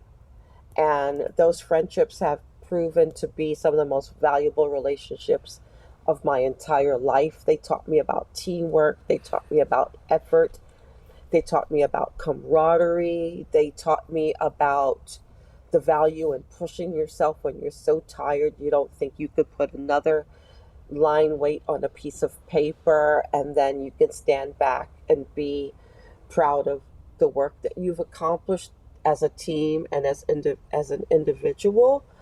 And that's why I think it's so important, for people to study and not just show up because they've got a great suit. You've got to show up and say, I'm willing to do this. I'm willing to work till 2 in the morning and then do it again the next day and the next day, and not take the easy way or just try to jump on someone else's train after they've busted their butt for 30 years and want an express lane. If you're serious about anything that you're doing, whether it's design, photography, digging ditches, be the best damn ditcher you can be. Try to say that fast again, right? But be the best damn ditch digger you can be. Know about soil content and all of it. You know what I'm saying? Yeah, I think that's study it. really great advice as far as not saying no to everything too, because I think as we get older and as we get more secure in our career, we tend to dig our heels in and not take as many risks. And a lot of times kind of stepping out of that comfort zone and saying yes to things or just going along with it. I look at my kids and they'll do anything that you ask them to. They'll try it once, and adults are different. And I think that it's important to ensure that we allow ourselves be open enough and receptive enough to try new things and new opportunities, and just not shut that door so quickly. And I said this to John Mayer once, and now he says it every opportunity he gets, of course. But I say, don't block your blessings. You don't know how you can get in your own way and block your blessings. And we need to not block our blessings. We need to be open-minded and continue to be resilient and grow, but not block our blessings. What do you think of his last album? I don't know. I told him, I said, that one hasn't grown on me Really? yet. I like it. I Continuum is still my all-time favorite. What about him playing with the Grateful And Dead? the Age of Wonder. Oh, yeah. They were just in town last week.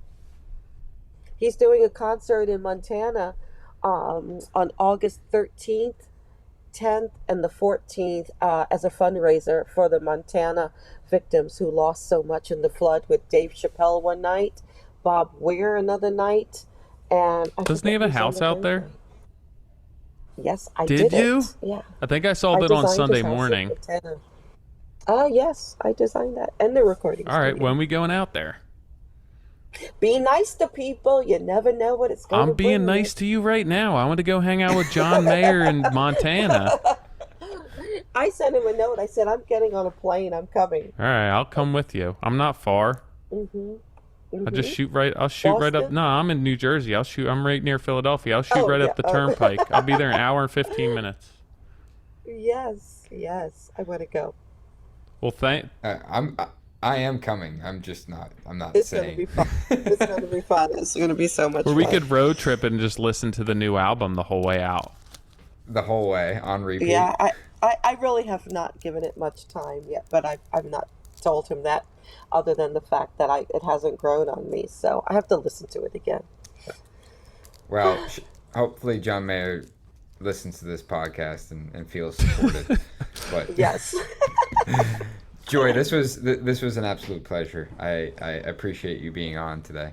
Oh, my absolute pleasure as well. I know that I ramble and I tend to just go all over the place, but please No, this forgive was me. No, nothing to No, forgive. this It's was wonderful. great. Sometimes we have to pull teeth from our guests, and we definitely did not have to nice. do that. It was nice to sit and just enjoy for a while. Well, thank you. I enjoyed myself as well. The time has gone immensely quickly. That's what happens when you're having fun. There you have it. You That's what happens. you probably forgot that you have an ear infection.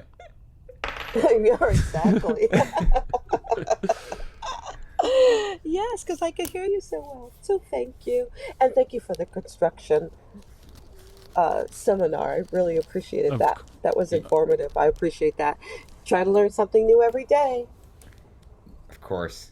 Well, thank you again, and we'll talk soon. Talk soon. I'm going to sign out. Ciao for now. She's wild. She's so fun. I chatted with her a couple weeks ago. A mutual friend connected us, and I was like, I need you to be on the podcast. She was like, I'm in. I'm like, that was Yeah. easy. So what an incredible story though. Like thinking about, oh, this rock hit me in the face, and then all of a sudden I looked up and I was like, hey, I appreciate the architecture of that building, while my nose is probably bleeding all over the Yeah. place. And all I kept thinking, I related it to, I remember being in my grandmother's kitchen, and I was running through the kitchen, and she had all her pots and pans hung up on this beam, and a copper pot lid fell and hit the bridge of my nose, and the copper like Yeah. dented. And I'm just like, when she told that story, I'm like, imagine if I looked up and be like, I want to I want to make pots and pans. beams. All I can think about is the book Olivia. Like Olivia Goes to Spain or something that my kids have me read with this little pig the whole time where they're in Madrid. No, she's high energy. Very, very neat story. Interesting career. Obviously, born and raised in New York. I believe Harlem. She did not tell us that, but I believe that's what I had seen. And she looks like it seems as though she was exposed to a lot as a young woman growing up in New York by her parents and their lifestyle. And she kind of ran with it, and she's really made a hell of a career for herself. She has a ton of people within her network, and she's done some really cool projects, and it was good to talk to her. Yeah. If you guys want to see more about her on her website, joymoylerinteriors.com. We didn't even get into the Atelier brand that she has, a bunch of product, but what a great segue into another, obviously, income stream. But I mean, just very established, and as you learn, as we learn, working with some really high profile clients, which is super cool. All right, guys. If you haven't already, head over to iTunes. Make sure you leave us a 5-star review and let us know how we're doing. And we'll pick a random one of you guys every week to give away some swag. Let's see if we got anything this week. Last week, we almost gave away to the same person. Oh my God! It was just that. There are no new reviews, but that's fine. Head over to our Instagram, the period Modern Craftsman. There's a link in our bio if you guys want to buy some swag. Obviously, that's super appreciative. And thanks to our sponsors, Duration, Molding and Millwork, Rockwool, and of course, Upstate March.